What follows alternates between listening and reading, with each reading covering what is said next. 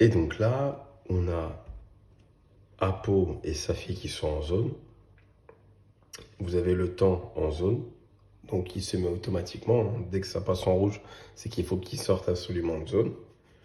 Donc c'est calculé automatiquement. Maintenant, on a le préleveur qui est sur place. Et on va s'organiser avec lui pour qu'il fasse sur ses papiers démarrer la méthode à l'heure que nous allons indiquer.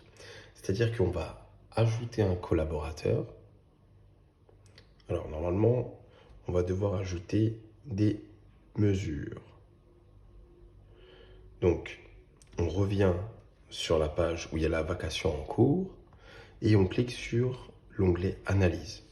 Et là, on va ajouter des analyses. Donc, on a le préleveur qui est là et on va programmer une MEST, programmer une P, donc une mesure environnementale au niveau du SAS, une S si on a un SAS déchet, donc une environnementale au niveau du SAS déchet, une M, environnement de chantier, une Q au niveau de la base vie et zone de récupération, une N au niveau de les sorties extracteurs et une J, donc qui est la mesure sur opérateur, sur les deux opérateurs qui sont choisis en zone pendant 1 heure, voire 45 minutes. Donc, on était dans vacation, on va cliquer sur analyse, on ajoute les analyses. Donc là, à cette date, on ajoute une J validée. Donc là, il faut choisir le processus. On était sur du ponçage enduit. Donc cycle de validation. Laboratoire, on met cabinet d'expertise environnementale, c'est C2E. Ça, c'est facultatif, facultatif. Validé. Alors, normalement, le préleveur est obligé de faire un prélèvement. Donc vous mettez prélèvement réalisé par le laboratoire. Ensuite, on passe à la mesure suivante et là vous faites toutes les mesures que vous devez faire. M, donc toujours choisir le cabinet, attention. Hop. Ensuite, on va rajouter, donc on a fait une M, on va rajouter une MEST. Donc attention, hein, si vous avez un SAS déchet et un SAS personnel, vous devez faire deux MEST. Une MEST SAS perso, une MEST SAS déchet. Donc, laboratoire, on choisit toujours. Je sais, ça prend un peu de temps, mais donc J, M, S. Quand vous avez l'habitude, vous verrez que c'est très très simple. Ensuite, on rajoute une N, rejet extracteur, le laboratoire cabinet. Vous mettez prélèvement matériaux que sur la J, hein, sur la métop. Sinon, on ne va pas s'en sortir. Ensuite, on a mis la N. Qu'est-ce qu'on a après? Une P. Laboratoire.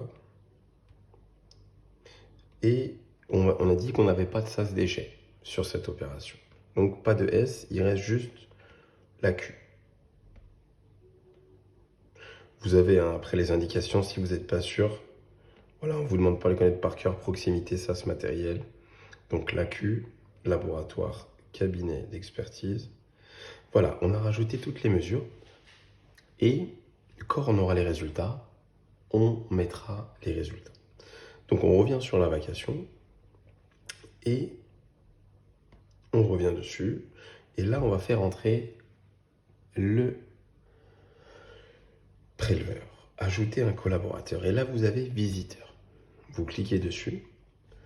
Matériaux, vous mettez enduit, pareil. Ponçage. Attention, quand vous cliquez là, il faut bien désélectionner l'autre, hein. Attention, pas mettre deux matériaux. Ensuite, il a un masque pareil que votre collaborateur. Modéré. Est-ce qu'il est bien rasé? Est-ce qu'il est sain? Voilà, comme d'habitude. Et là, vous mettez son nom. Bon, moi, je connais son nom par cœur, hein. Oh, voilà, je me fais des bêtises. Andria Mandjaka. Son prénom, Vivian. Société, C2E. Comme ça, C2E. Intervention, là vous en avez plusieurs. Et vous devez choisir laboratoire de contrôle. Laboratoire de contrôle validé. Validé. Il est rentré en zone à 23h03. Il faut qu'il marque, allez, on n'est pas à 2-3 minutes près, mais 23h, il faut qu'il marque pareil dans ses registres parce que lorsqu'on va avoir l'analyse matériaux, les résultats, il faut que ça concorde entre votre journal et le rapport d'essai. Donc maintenant, on va les faire sortir